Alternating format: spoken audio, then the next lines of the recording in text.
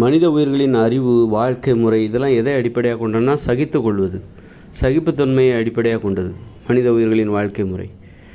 அறிவு எப்படி பெறுகிறது அப்படின்னா, இப்போ வந்து நம்ம ஒரு பெரியவர் நம்மக்கிட்ட பேசுகிறார் அப்படின்னா, அவர் பேசுகிறத கேட்குறோம் பாருங்கள். கொஞ்சம் அவர் அரை மணி நேரம் பேசினாலும் அரை மணி நேரமும் அவர்கிட்ட உட்காந்து பழகிறது. மனுஷங்க ஒருவருக்கு உட்காந்து பேசுகிறது, பழகிறது, 1 மணி நேரம் நேரங்காலம் தெரியாமல் உட்காந்து பேசுகிறது, இதுக்கெல்லாம் அடிப்படை சகிப்புத்தன்மை. அந்த உறவு முறையை சகித்துக்கொள்வது, உறவு முறை வேணும்னு நினைக்கிறோம். அதன் அடிப்படையில் தான் மனித அறிவே உருவாகுது.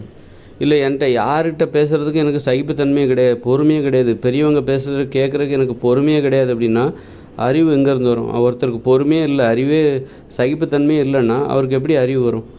ஏன்னா மனித அறிவு என்பது சகிப்புத்தன்மையை அடிப்படையாக கொண்டு பொறுத்து கொள்வது, சகிப்புத்தன்மையை அடிப்படையாக கொண்டது. சகித்து கொள்வது. பிற உயிரினங்களை பாருங்கள், ஒரு ஆடு மாடோ உட்காந்து மணிக்கணக்காக உட்காந்து பேசுமா? பேசாது. அது மாதிரி இந்த வகுப்பறையிலலாம் உட்காந்து மாணவர்கள் பாடம் கேட்குறாங்க, ஆசிரியர்கள் வந்து பாடம் நடத்துகிறாங்க. அவங்க பொறுத்து 8 மணி நேரம் ஒரு நாளைக்கு 8 மணி நேரம் 6 மணி நேரம் வகுப்பறையில் உட்காந்து ஆசிரியர்கள் நடத்துகிற பாடத்தை சகித்து கொள்கிறார்கள். அதன் அடிப்படையில் தான் அவர்களுக்கு அறிவே வருது. அறிவு என்பது சகிப்புத்தன்மை அடிப்படையாக. இது வந்து கல்வி நிலையம் என்பது பள்ளிக்கூடம், கல்லூரிலாம் அளவுக்கு அதிகமான சகிப்புத்தன்மை, அளவுக்கு அதிகமான சகிப்புத்தன்மை. அதனால தான் அளவுக்கு அதிகமான அறிவு கிடைக்குது. இன்றைக்கி விண்வெளி ஆராய்ச்சி, அந்த ஆராய்ச்சி, இந்த ஆராய்ச்சிலாம் இது அளவுக்கு அதிகமான. பிற உயிரினங்கள்லாம் யாராவது பிற உயிரினங்களில் வந்து போய் உட்காந்து கதை பேசுமா? அல்லது யாராவது ஒரு பெரிய, இப்போ சிங்கமே இருக்குது, பெரிய சிங்கம் பேசுதுன்னா சின்ன சிங்கம்லாம் உட்காந்து கேட்குமா? 1/2 மணி நேரம் 1 மணி நேரம் அவர் பேசுவார், பெரிய சிங்கம் பேசும், சின்ன சிங்கங்கள்லாம் உட்காந்து கேட்டுகிட்டு இருக்குமா? அந்த மாதிரியான சகிப்புத்தன்மையே அந்த பிற உயிரினங்களுக்கு கிடையாது, பிற உயிரினங்களுக்கு தேவையும் இல்லை அப்படிங்கிற மாதிரி தான் இருக்குது. அதனால தான் மனித அறிவு என்பது சகிப்புத்தன்மையை அடிப்படையாக கொண்டது. சகிப்புத்தன்மையே ஒருத்தர்கிட்ட இல்லை அப்படின்னா எனக்கு பொறுமையே கிடையாதுங்க. பெரியவங்களுக்கெல்லாம் நான் பணிவிடை செய்கிறதுக்கு எனக்கு பொறுமையாக, பிறருக்கு உதவி செய்வதற்கு எனக்கு பொறுமையே கிடையாது, பிறர் பேசுவதை கேட்பதற்கு எனக்கு பொறுமையே கிடையாது, பிறரிடம் பேசுவதற்கு எனக்கு பொறுமையே கிடையாது அப்படின்னா பொறுமை தான் சகிப்புத்தன்மை.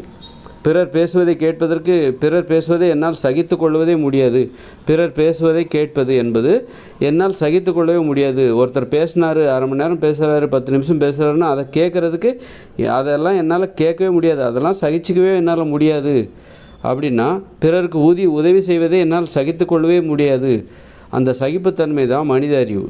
சகித்து கொள்கிற பண்பு தான் அந்த மனித அறிவுக்கும் பிற உயிரினங்களுக்கும் உள்ள வித்தியாசமாக இருக்குது. பிற உயிரினங்களுக்கு அந்த சகிப்புத்தன்மை கிடையாது, தேவையில்லை அப்படின்னு கூட இருக்கலாம். மனித உயிர்களுக்கு அது தேவை. மனித உயிர்கள் மனமெனும் நோயால் பாதிக்கப்பட்டவர்கள். அதனால் அவர்களுக்கு அந்த நோயிலிருந்து பாதுகாக்கணும். ரொம்ப பலவீனமானவர்கள், நோய் எதிர்ப்பு சக்தி குறைவாக உள்ளவர்கள். அதனால் பிற உயிர்களோட வழி நடத்துதல், ஆலோசனை, பாதுகாப்பாக வாழ வேண்டும், எல்லா விதத்துலேயும் பாதுகாப்பாக வாழணும். அதுக்கு பிற உயிரினங்களோட உதவி தேவை. அதனால் வந்து அப்போ பிறருக்கு உதவி செய்யணும், பிறர் பேசுவதை கேட்கணும், பிறரிடம் பேச வேண்டும். இதெல்லாம் வந்து பொறுமை தேவை, நிதானம் தேவை, அமைதி தேவை. பிடிக்கலைனாலும் நம்ம யாரோ ஒருத்தர் நம்மகிட்ட பேசினார்னா அதை நம்ம சகிச்சுக்கிட்டு கேட்குறோம். நமக்கு பிடிக்கலைனாலும் அவர் வருத்தப்படக்கூடாதுங்கிறதுக்காக அவர் பேசுகிறத நம்ம கேட்குறோம். அப்போ இந்த மாதிரி தான் மனித உறவு முறை மனித அறிவு என்பது இந்த மாதிரி சகிப்புத்தன்மை பிற உயிரினங்கள் அப்படி கிடையாது. பிற உயிரினங்கள் விருப்பம் இல்லாமல் எதையுமே, இந்த மாதிரி சகிப்புத்தன்மை மனித உயிர்களுக்கு மட்டும்தான் உண்டு, பிற உயிரினங்களுக்கு கிடையாது. அப்போ மனித அறிவே இதை அடிப்படை, மனித வாழ்க்கை முறையை சகிப்புத்தன்மை அடிப்படையாக கொண்டது. அம்மா அப்பா, மனித உறவுகள் இருக்கல, அருகாமை, மனுஷங்க அருகருகே வாழ வேண்டும் என்கிற அந்த நிர்பந்தத்தை சகித்து கொள்வது, ஒருவருக்கொருவர் உதவி செய்து வாழ்வது, ஒருவருக்காக இன்னொருவர் காத்திருப்பது, அந்த மாதிரி நிறைய வேறு விருப்பங்களை சகித்து கொள்வது. இப்போ ஒரு குடும்பம் அப்படிங்கிற சகிப்புத்தன்மை அடிப்படையாக கொண்டது தான், அந்த குடும்ப அமைப்பே சகிப்புத்தன்மை அடிப்படையாக கொண்டு தான் உருவாகுது. மனித வாழ்க்கை முறையை, ஒரு உறவு முறைகளை சகித்து கொள்வது, ஒரு அம்மா வேணும், அப்பா அம்மா வேணும், அந்த குடும்பம் என்கிற அந்த உறவு வேணுங்கிறதுக்காக அவர்களை சகித்து கொள்வது, அவர்கள் செய்கிற எல்லாவற்றையும் சகித்து கொண்டு அவர்களுடைய அருகாமை தேவை, அவருடைய உறவு தேவை, அன்பு பாசங்கிறது தேவை அப்படிங்கிறதுக்காக அவங்க செய்கிற எல்லாத்தையும் வந்து சகித்து கொள்வது. நம்ம செய்கிற எல்லாத்தையும் அவங்க சகிச்சுப்பாங்க. நம்ம கோவப்படுவோம் சில டைமில், அப்போ அதை அவங்க சகிச்சுப்பாங்க. அவங்க கோவப்படும்போது நாம் சகிச்சுக்கணும். ஏன்னா அந்த உறவு நமக்கு தேவை. சும்மா எடுத்தறிஞ்சு சண்டை வரும்போது சண்டை போட்டு திரும்ப சேர முடியாது. அப்போ வந்து ஒரு சகிப்புத்தன்மை, அதுதான் வந்து மனித உறவு முறைக்கான ஒரு அடிப்படையான ஒரு தகுதி. சகிப்புத்தன்மை இல்லைன்னா ஒரு அறிவே இருக்காது. ஒருத்தர் வந்து முட்டாளாக தான் போயிடுவாங்க. எந்த அளவுக்கு சகிப்புத்தன்மை இருக்கோ அந்த அளவுக்கு அவரை வந்து எல்லோரும் வியந்து பார்ப்பாங்க. சகித்துக்கொள்வது. இப்போ முதியவருக்கு வந்து முதிய ஒரு வயசில் ஒரு முதியவர்களை பராமரிக்கிறோம். இப்போ முதியவர் இப்போ வந்து குழந்தைகளை வளர்க்குறோம், குழந்தைகளுக்கு வந்து குண்டி கழுவி விடுறோம். அப்போன்னா அந்த அளவுக்கு சகிப்புத்தன்மை, அதுதான் சகிப்புத்தன்மைன்றது. பிற உயிரினங்கள் வந்து ஏதாவது ஒரு உயிரினத்துக்கு கிண்டி கழுவி விடுதா, அப்படி விடுறது. தன்னுடைய குட்டிக்கோ குளிப்பாட்டி விடுறதில்ல. குண்டி கழுவி விடுதா, மரம் ஆகி போச்சுன்னா குண்டி கழுவி விடுதா, அதெல்லாம் பண்ணுறது கிடையாது.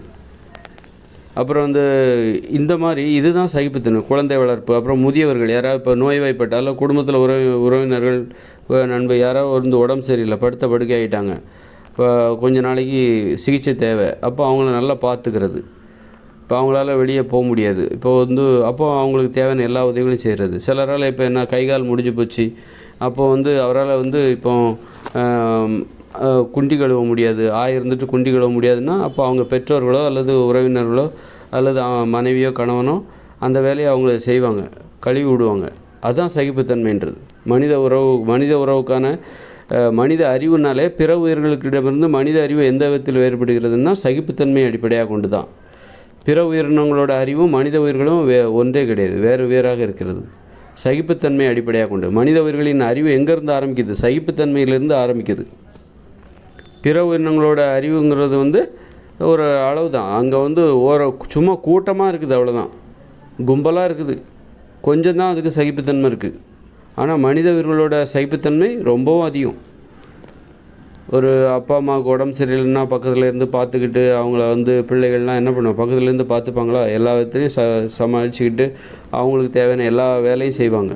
சமைச்சு கொடுப்பாங்க, சோறு ஊட்டுவாங்க, அல்லது ஏதாவது சாப்பாடெல்லாம் ஊட்டுவாங்க, அல்லது ஏதாவது கழுவி விடுறது, இயற்கை உபாதைகள்லாம் போச்சுன்னா அதுக்கு அப்படி வந்து அப்போது அவங்க வேணும் அப்படிங்கிறதுக்காக எல்லாத்தையும் சகிச்சுக்கிட்டு தியாகம் பண்ணிக்கிட்டு, அதான் வந்து மனித உயிர்களுக்கான அறிவுங்கிறதே அதான்.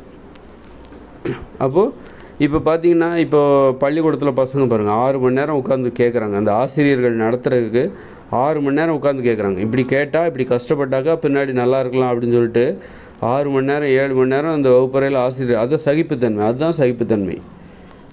எவ்வளோ அது ஒரு தவம் மாதிரி தான், தவமாக அவ்வளோ. அதனால தான் இப்படிப்பட்ட உலகத்தை அவங்களால உருவாக்க முடியுது. அவங்களுடைய திறமை ஏன் இந்த அளவுக்கு அதுன்னா அதான் சகிப்புத்தன்மைன்னு.